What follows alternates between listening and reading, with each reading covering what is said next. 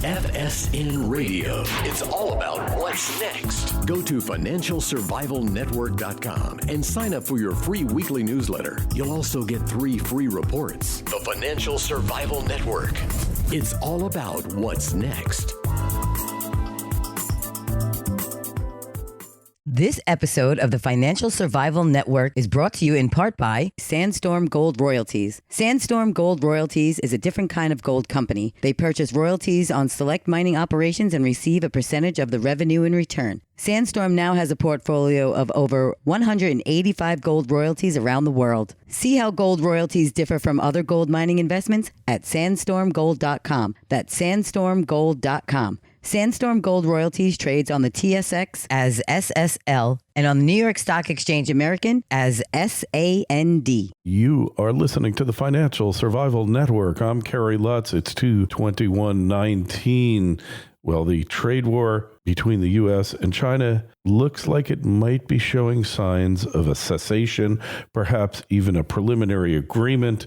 Will it be saved until President Xi visits Trump or Trump visits President Xi later on in the month? That is the question. Well, we did see a decline in the trade deficit last month between the U.S. and China, some 11.5%. Well, we'll see if that's going to continue or not. Hey, as always, be a part of the show. If there's something that grabs you, email us, kl@kerrylutz.com. Great questions always get read on the show, and really great questions warrant an interview. So where is this agreement heading? Is there a possibility to head off the dreaded trade war?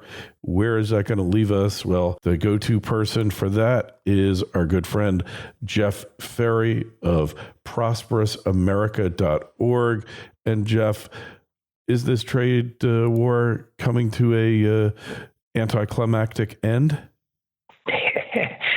I think it's probably not, although there is a possibility. We're approaching the deadline of March 1st, and the president has got to decide what to do at that point. Now, the negotiations are going on hot and heavy between the U.S. and China, one level down from the chief executive level, and there's a lot of proposals. China certainly putting forward a bunch of proposals to try and resolve the situation and make the American administration think, create the appearance of some compromises and solutions. And I'm very skeptical that these are genuine solutions.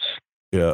Well, I was just in Las Vegas, Jeff, and I will tell you that, in my opinion, the Chinese are colonizing Las Vegas. I mean, the biggest month this month since December of 2007 in terms of gambling revenues. And that is not a coincidence that the Chinese Lunar New Year, the year of the pig, brought in record numbers of Chinese gamblers. And then when we look at the decorations, this was bigger than the Super Bowl this year, the Chinese Lunar New Year. And these companies, the 3 major ones, looking at Venetian, looking at Wynn, and looking at MGM, are taking a large percentage of their profits. In Venetian's case, almost 3/4. In Wynn's, it looks like it's pretty substantial, perhaps over half. MGM comes in third. Operations are not as extensive. So we see this Chinese colonization taking place all over the world. Is there anything that can stop this trend? Well, on the one hand, I'm going to say to you that the Chinese economy is going to keep growing. It's a middle level country. It was a poor country 20 years ago. Now it's a middle level country. They're the Communist Party. You've got to hand it to them. They're doing a good job. What I want to see change is I don't want to see them growing at the expense of the U.S. economy. We've had subnormal growth for a number of years. I have nothing against our friends in Las Vegas. If they want to run casinos and the Chinese are creating millionaires at a fantastic rate, and those millionaires want to come to Las Vegas and put their money on the gaming tables, that's their free choice. But what we need to do in this country is to stop a situation where we are importing $500 billion a year of Chinese goods and they're only buying $100 billion of American goods. That's what needs to be fixed, because that will lead our economy to start growing strongly again. So are tariffs the answer, though? Do tariffs really work? Will they accomplish that goal? Tariffs are part of the answer. I think 10% tariffs are not sufficient, and it's being entirely offset by a gain in the dollar or a fall in the Chinese currency of around sort of 6 to 10% over the past year. So that's why the tariffs should go up. On March the 1st, they should go up to 25%, which is what the president said he would do several months ago. I think unless we get a really comprehensive solution, which is very unlikely, I think those tariffs should go up on half of the Chinese imports that we're talking about, the $250 billion. And on the other half, we should think about tariffs as well, because I think, if we can make ourselves more independent of China and produce more of our own goods at home, it will stimulate the U.S. economy. It seems like the rest of the world is not really understanding what's going on here. They're as much a victim of Chinese economic imperialism, if you will, or mercantilism, as the U.S. And yet they don't seem to be doing a lot about it. They're letting the U.S., as usual, take the lead. Well, I think what you say is largely true, but there are signs that the other countries do recognize it. I'll give you two examples. One is after we put steel tariffs on the rest of the world, on the entire world, which was designed to keep the huge Chinese surplus from depressing and depriving our steel industry of its market. The other countries in the world said, we don't approve of tariffs. But the next thing they did is they put tariffs on, or restrictions. And I'm speaking of Canada and the European Union, both did this, restrictions against Chinese steel, because they said, we don't approve of tariffs, but on the other hand, we don't want our markets decimated by this huge uneconomic surplus of steel that China's producing. So, they walk a little different than they talk on that score. And on the second score is Germany. There's been a number of reports coming out of Germany where the Germans have said, we've looked at the Made in China 2025 plan, and if they go ahead with this will be devastating for German industry, because what China's trying to do is to build up positions in things like industrial automation, sectors where Germany is the world leader. And of course, in the typical Chinese way, how do they want to do it? They want to block imports from foreign countries or reduce imports from foreign countries. And they want to, shall we say, borrow the IP technology and the intellectual property rights and knowledge that countries like Germany have. And we all know they're not going to pay anything like a fair amount for that. They're going to use forced technology transfer. So the Germans are very worried about that. And some of the best studies on this subject have come out of Germany. So, but the U.S. is bugging Germany about their auto, and the EU about auto tariffs charged on American cars. And so the U.S. and Germany might otherwise be in it together, but they're having their own disputes. Yeah, you're absolutely right. I mean, there are a number of disputes going on around the world. We think the global U.S. trade deficit of $600 billion needs to be fixed, and the auto industry is a part of that problem, and Germany's a big part of that problem. I mean, Germany runs a huge trade surplus, which advantages its economy at the expense of partners like the U.S. and many European countries. So we all have an interest in getting more countries back to balance. Now, should we be trying to unite those countries in a sort of anti-China front? I mean, that's a point of view I've heard, and, it could make sense.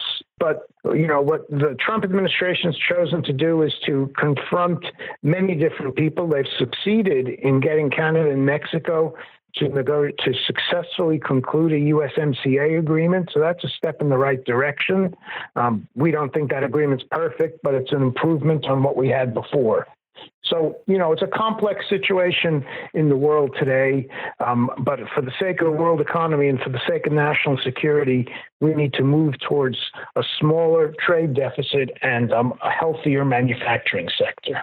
Yeah, for sure. And we have seen a pretty substantial increase in manufacturing employment in the good old US of A. And that's largely attributable to Trump's policies, isn't it? Yes, I think the Trump administration gets most of the credit for what we've seen in the last 12 months, a jump of 280,000 manufacturing employees. That's the largest increase in 20 years in manufacturing employment, and it goes right along with industrial production up some 2 or 3%. And what's stunning about those numbers is that sectors like machinery are up something like 4 or 5 or even 6%. And it's ironic because when we enacted the steel tariffs a year ago, people said, "Oh my God, this is really going to hurt sectors that consume steel." You look at the data and the opposite's happened. Machinery, forges, not forgery, but forges, foundries, all the industries that rely on steel are doing very well, even better than the steel industry itself in some cases when you measure production. So that tells you that tariffs have a positive impact on the economy. I mean, and there are other measures like deregulation that have contributed to economic growth in 2018. And I think we'll see economic growth well above 2% this year, 2019. So the economy is chugging along in the right direction. There's still more to do on the trading front, though. So I don't know if you caught this, but apparently Trump signed an executive order pretty much ordering all agencies for infrastructure projects to buy American. Did you happen to catch that? I did see something about that. Yes, you're right. And we are very strong believers in Buy American for everybody, but legally as a requirement for public sector agencies and bodies. And there's too many exceptions to those rules. I mean, there's famous cases like the Bay Bridge of California being built with Chinese steel and LaGuardia Airport. And, these things need to be fixed. And I'm not an expert on that latest executive order. I hope that it's comprehensive enough to fix that. I think it even kicks out Canada and Mexico, which could be a problem. Yes, I think the Oakland Bay Bridge debacle, if you're not familiar, the suspenders, the steel in the bridge came from China and it's deficient. The inspectors didn't do their job. But I think it was an act of economic warfare, economic sabotage. And you've seen it happen before. Countries do this. We're, sabotaging other countries' infrastructure projects. The U.S. has done it. And to see the Chinese do it and get away with it, and it has happened in multiple places. So another reason why we need a healthy steel industry.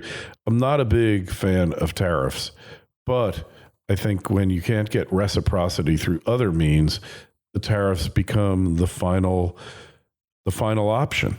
Really, I don't think it should be a first line of defense, but at some point when you can't negotiate with somebody, and the U.S. has lots of unfair trade practices as well that I think need to be addressed too. But certainly of all the major countries in the world, the U.S. has the freest markets, freest trade of any country. And it worked for a long time, but at some point, when you see all your factories fleeing, what's going to happen? Right, absolutely. We are the most open large market in the world, and as a result, we've got a huge trade deficit. And you see other Anglo-Saxon countries who buy into this same free open market, free trading philosophy, run big trade deficits, and those countries that choose to run surpluses as a matter of policy, and Germany and China are the two leaders, have enjoyed economic growth benefiting from the American consumer. And that's a situation that needs to be fixed. And I agree with you that tariffs are not necessarily the best weapon or the most powerful weapon. I think the dollar exchange rate is a broader and more fundamental force. Our dollar is overvalued. We estimate by 27%. That makes it harder for all of our exporters, and it makes it easier for foreign imports to get into this country at competitive prices. So that's a problem to be addressed. Yeah. This open market thing is the exact analog of open borders. Just let anybody come in, do anything they want, everything will work out, because we want free movement of people and we want free movement of goods from any place, any point on the globe to any other point on the globe. And in theory, it's all great. But in reality, you have all these dislocations, all these dysfunctions and disruptions that happen in countries that allow it to occur.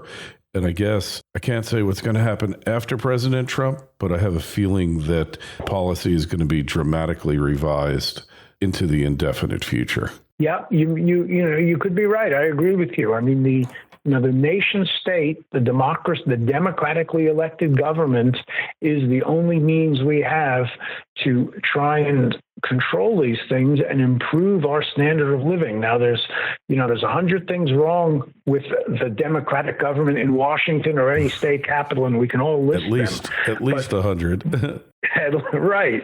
But to just say we don't care about that and we're all one big happy world and just let anybody and any good move wherever it wants is lunacy. I mean, and perhaps the best example of that is that we've got pharmaceuticals made in China today, and the FDA has issued an order of a particular pharmaceutical saying this is contaminated by trace elements of some dangerous poisonous substance.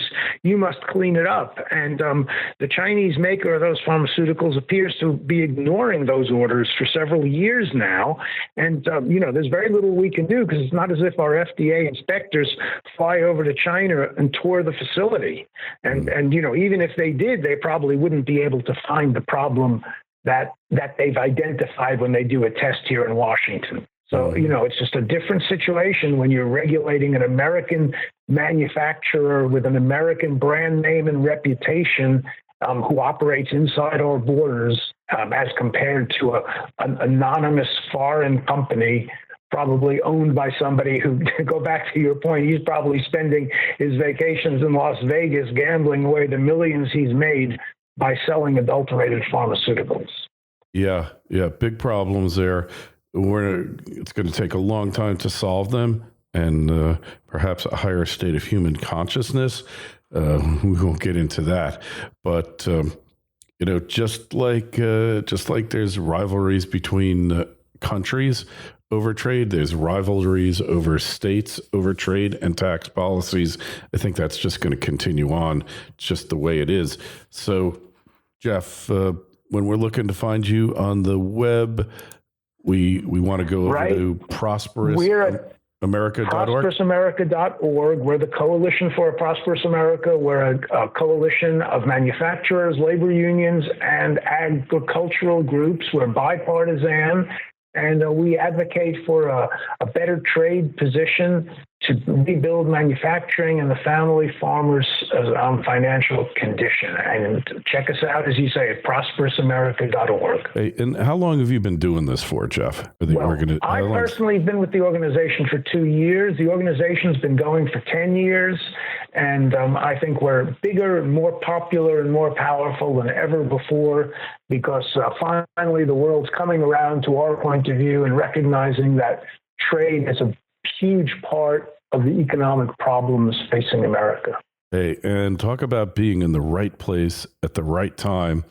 Here we get Trump in there, who's basically, in large measure, reading from your script, really aware of the issues that you've raised. Don't get me wrong, he's not a pawn, but he's reading the issues he's raised are the exact issues that you've been raising, that the organization's been raising for 10 years. So I think that's important to understand that really your organization, maybe when it started out, was a backward-looking organization, but suddenly you become a visionary, forward-looking organization.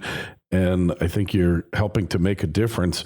Local content rules, we'd never know anything about it, really, if it wasn't for the work that you did, Jeff. Thank you very much, Kerry. We try our best.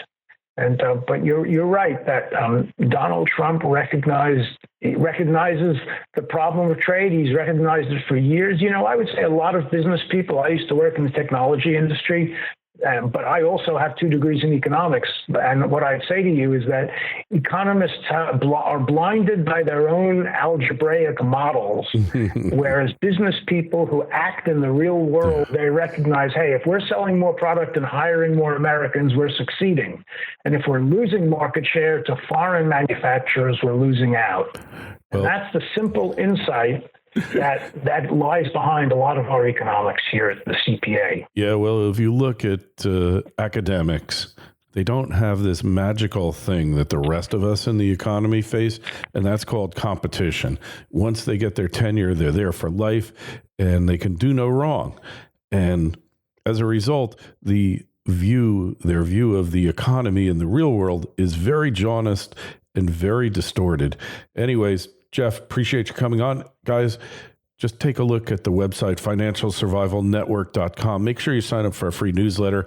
One is going out this weekend. I promise. I'm writing an article about common decency, common manners, common courtesy, and that why the decline of these important aspects of society have effectively led to our political impasse that you are now encountering in this country. So take a look at the site, Twitter feeds at Kerry Lutz, Facebook page, Financial Survival Network. You're listening on a podcast, you're listening on YouTube, then please subscribe, like, and share. Really helps the show a lot when you do it. Really helps me. Jeff, really appreciate you coming on. We'll talk to you again real soon. Thank you, Kerry. See you soon. FSN Radio. It's all about what's next. Go to financialsurvivalnetwork.com and sign up for your free weekly newsletter. You'll also get 3 free reports. The Financial Survival Network. It's all about what's next.